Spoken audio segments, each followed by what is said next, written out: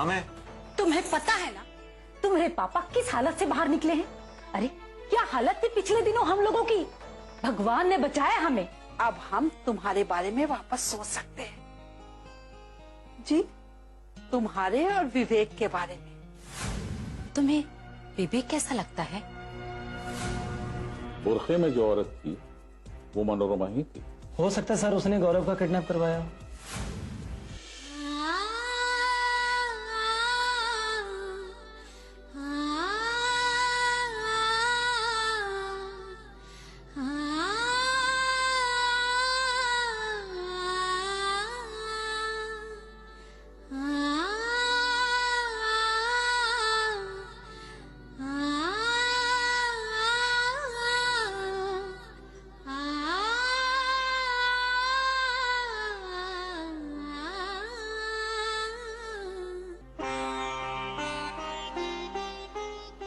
Hello विवेक, विवेक कहाँ हो तुम? सुबह से तुम्हें फोन लगा रही हूँ। तुम ठीक तो हो ना? मैं ठीक नहीं हूँ कशिश। क्यों, क्या हुआ? अब तो अंकल ठीक हैं, हॉस्पिटल से डिस्चार्ज भी हो गए हैं ना? तो इससे क्या सब कुछ ठीक हो जाएगा? मैं कुछ समझी नहीं, क्या हुआ विवेक? गौरव सही सलामत घर आ गया। अब बदनामी हुई बिल्डर लॉबी की। मेरे पापा मौत के मुंह से वापिस आए हैं कशिश। I am sorry Vivek. Sorry कह देने से क्या होता है? तुमने तो कोई गलती नहीं की है, तुम सॉरी क्यों बोल रही हो? हालात ही ऐसे हैं। तुम्हारा परिवार सच्चा ईमानदार परिवार माना जाता है।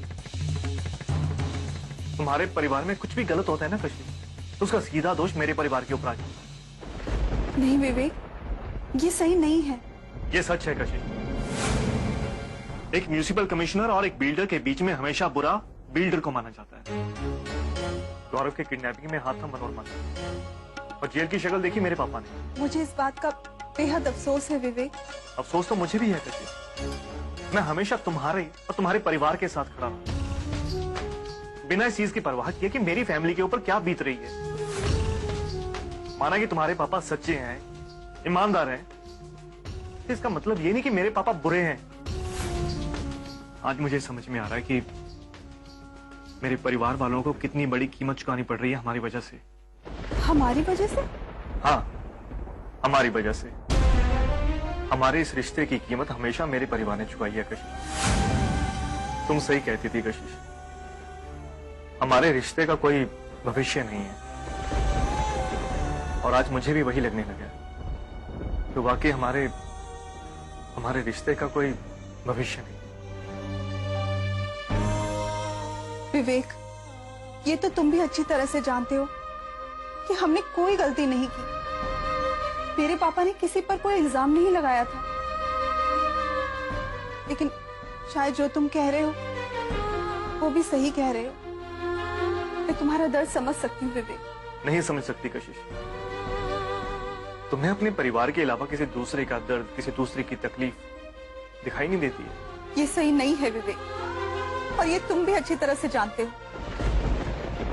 तुम क्या ये सब मुझे हर्ट करने के लिए कह रहे हो? मैं तुम्हें हर्ट नहीं कर रहा हूं, मैं तुम्हें सिर्फ अपनी तकलीफ बता रहा हूं, अपनी फैमिली की तकलीफ बता रहा हूं। उनकी जो इंसल्ट, उनकी जो बेइज्जती हुई है वो बता रहा हूं, तुम्हारे सामने रख रहा हूं। तुम्हारे परिवार की तकलीफ मेरी भी तकलीफ है। आई एम सॉरी, मुझे ऐसा नहीं लगता। मुझे लगता है कि मेरे परिवार की तकलीफ सिर्फ मेरी है। मेरे परिवार की बदनामी सिर्फ हमारे परिवार की बदनामी है। विवेक, ये सही नहीं है। चाहकर भी सच को नहीं बदल सकती कशिश। सच तो यह है कि मेरा परिवार तुम्हारे परिवार के साथ खड़ा होने में झूठा, बौना और गलत नजर आता।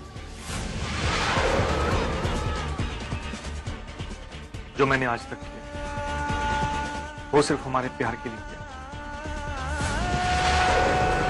लेकिन अब मुझे अपने परिवार की खुशी, उनकी तकलीफ भी देखनी है कशिश।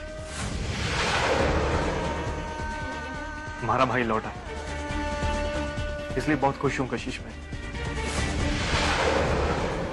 लेकिन हमारे परिवार की बदनामी कभी नहीं जाएगी, इसलिए बहुत दुखी हूं।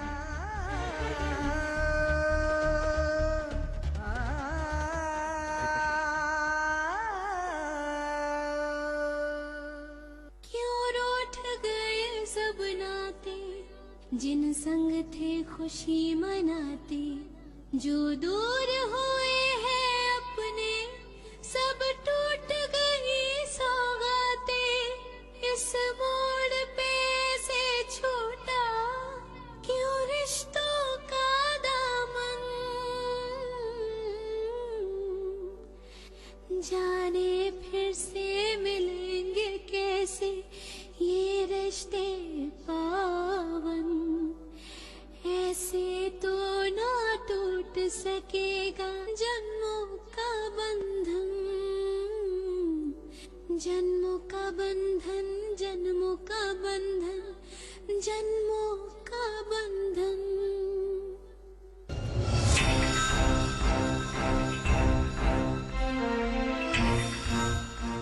जी मैं सारी रिपोर्ट्स आपको भिजवा देता हूँ, फिर आप बताइए क्या करना है।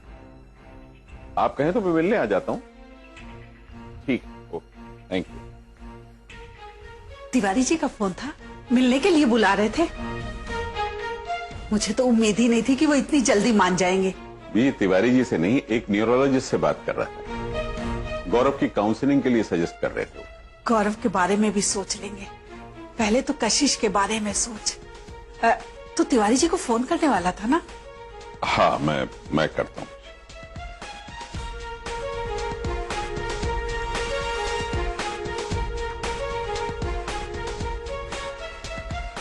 फोन नहीं उठा रहे, शायद बिजी है।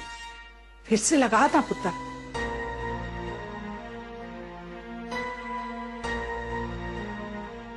हेलो तिवारी जी। नहीं कपूर साहब, मैं सावंत बोल रहा हूँ। तिवारी जी अभी सो रहे हैं, उठेंगे तो मैं आपकी बात करवाता हूँ, और यदि बहुत जरूरी काम है तो मुझे बता दीजिए। नहीं, मैं बाद में फोन करूंगा। ओके। क्या हुआ? उनका कोई आदमी था, उनके फोन का इंतजार करता हूँ मैं तो कहती हूँ कि फोन का इंतजार मत कर, जाके मिल ले। और कशिश पुत्र की खुशी के लिए मिलने में कोई हर्ज भी तो नहीं है। मेरी खुशी के लिए कहीं जाने की जरूरत नहीं है। मेरी खुशी के लिए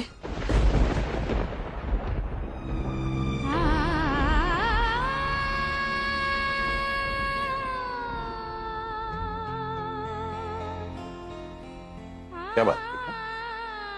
पापा, आप मेरी खुशी के लिए तिवारी अंकल से मिलने जा रहे हैं?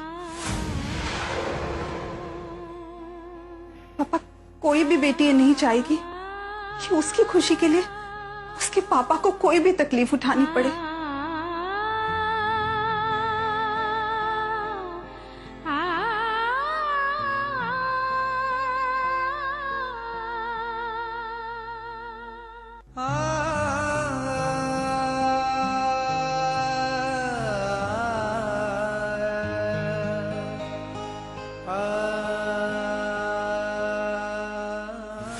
बबुआ, अब हम उस परिवार के साथ कोई भी संबंध नहीं रखेंगे और ना तुम रखोगे।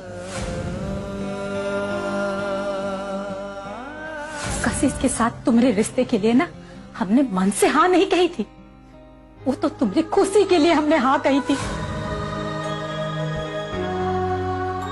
अब तुम्हें अपनी जिंदगी में किसी एक को चुनना होगा, उस कशिश को या अपनी माँ को।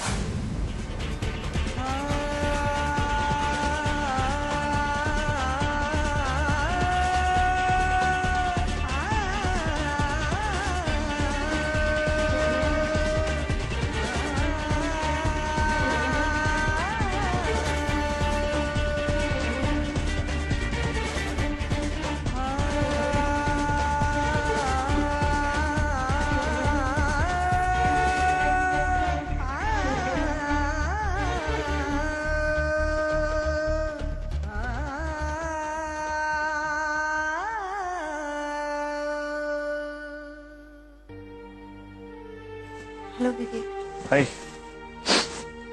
अंकल कैसे? अभी ठीक है, आराम कर रहे हैं अंदर।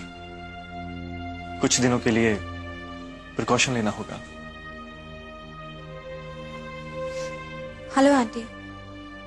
हेलो बेटा, योजना तुम्हें पता चला? किस बारे में?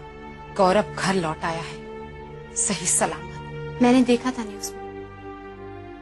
वो लोग घर में खुशियां मना रहे होंगे, उनका बेटा जो लौटा है।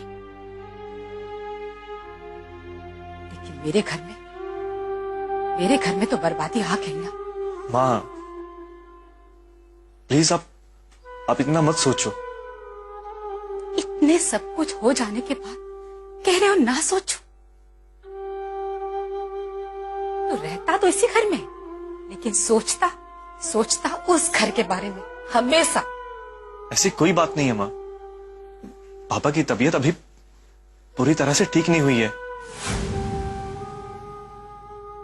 हमें उनकी तबीयत के बारे में सोचना चाहिए। घर में किसी भी तरह की कोई